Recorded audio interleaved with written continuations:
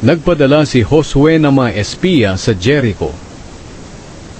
Ikalawang kabanata. Pagkatapos, lihim na nagpadala si Josue ng 2 tao mula sa kampo ng mga Israelita sa Shittim para mag-espiya sa lupain ng Kanaan, lalong-lalo na sa lungsod ng Jericho. Nang makarating ang 2 espiya sa Jericho, nakituloy sila sa bahay ni Rahab na isang babaeng bayaran. Nabalitaan ng hari ng Jericho na may dumating na mga Israelita ng gabing iyon para mag-espiya sa kanila. Kaya nagpadala ng mensahe ang hari kay Rahab na sinasabi, "Palabasin mo ang mga taong nakituloy sa bahay mo, dahil nandito sila para mag-espiya sa lupain natin." Sinabi ni Rahab, "Totoo pong may mga taong nakituloy dito, pero hindi ko po alam kung taga saan sila. Umalis sila ng madilim na, at pasara na ang pintuan ng lungsod. Hindi ko alam kung saan sila pupunta. Pero kung susundan nyo agad sila, maaabutan nyo pa sila." Pero ang totoo, itinago ni Rahab ang 2 espiya sa bubong ng bahay niya, at tinakpan niya sila ng mga pinagputol-putol na halaman na ginagawang telang linen na pinapatuyo niya roon.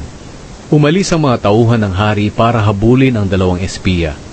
Paglabas nila sa lungsod, isinara agad ang pintuan nito. Sa paghabol nila, nakarating sila hanggang sa tawiran ng ilog ng Hordan. Bago matulog ang 2 espiya, umakyat si Rahab sa bubong at sinabi sa kanila, "Alam kong ibinigay sa inyo ng Panginoon ang lupain ito, at labis ang pagkatakot ng mga tao rito sa inyo. Nabalitaan namin kung paano pinatuyo ng Panginoon ang dagat na pula nang lumabas kayo sa Ehipto. Nabalitaan din namin kung paano nyo pinatay ang 2 hari ng mga Amoreyo na sina Sihon at Og sa silangan ng Hordan. Natakot kami nang mabalitaan namin ito, at naduwag ang bawat isa sa amin dahil sa inyo, sapagkat ang Panginoon na inyong Diyos ay siyang Diyos sa langit at sa lupa. Kaya ngayon, ipangako nyo sa pangalan ng Panginoon na tutulungan nyo ang pamilya ko gaya ng pagtulong ko sa inyo. Bigyan nyo ako ng patunay na hindi nyo papatayin ng mga magulang ko, mga kapatid ko, at ang buo nilang sambahayan." Sinabi ng 2 espiya kay Rahab, "Itataya namin ang buhay namin para sa inyo. Huwag mo lang ipagsasabi ang pag-espiya namin dito. Hindi ka namin gagalawin kapag ibinigay na ng Panginoon ang lupain ito sa amin." Si Rahab ay nakatira sa bahay na nasa pader ng lungsod. Kaya tinulungan niya ang 2 espiya na makababa sa bintana gamit ang lubid. Sinabi ni Rahab sa kanila, "Pumunta kayo sa kabundukan para hindi kayo makita ng mga humahabol sa inyo. Magtago kayo roon sa loob ng 3 araw hanggang makabalik sila rito. Pagkatapos maaari na kayong umuwi." Sinabi ng 2 espiya kay Rahab, "Tutuparin namin ang ipinangako namin sa iyo. Pero kailangang gawin mo rin ito.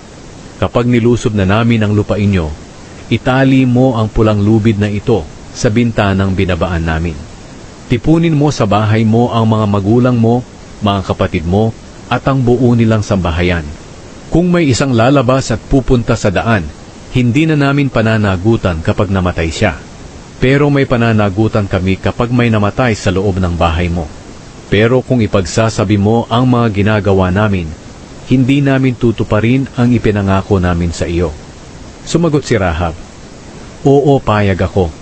Pagkatapos, pinaalis sila ni Rahab at itinali niya agad ang pulang lubid sa bintana.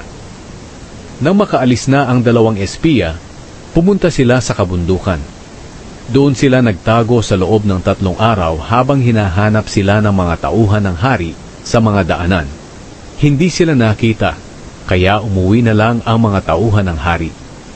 Bumaba ng kabundukan ng 2 espiya at tumawid sa ilog at bumalik kay Josue. Ikinuwento nila kay Josue ang lahat ng nangyari. Sinabi nila, "Totoong ibinibigay ng Panginoon ang buong lupain sa atin. Ang mga tao roon ay takot na takot sa atin."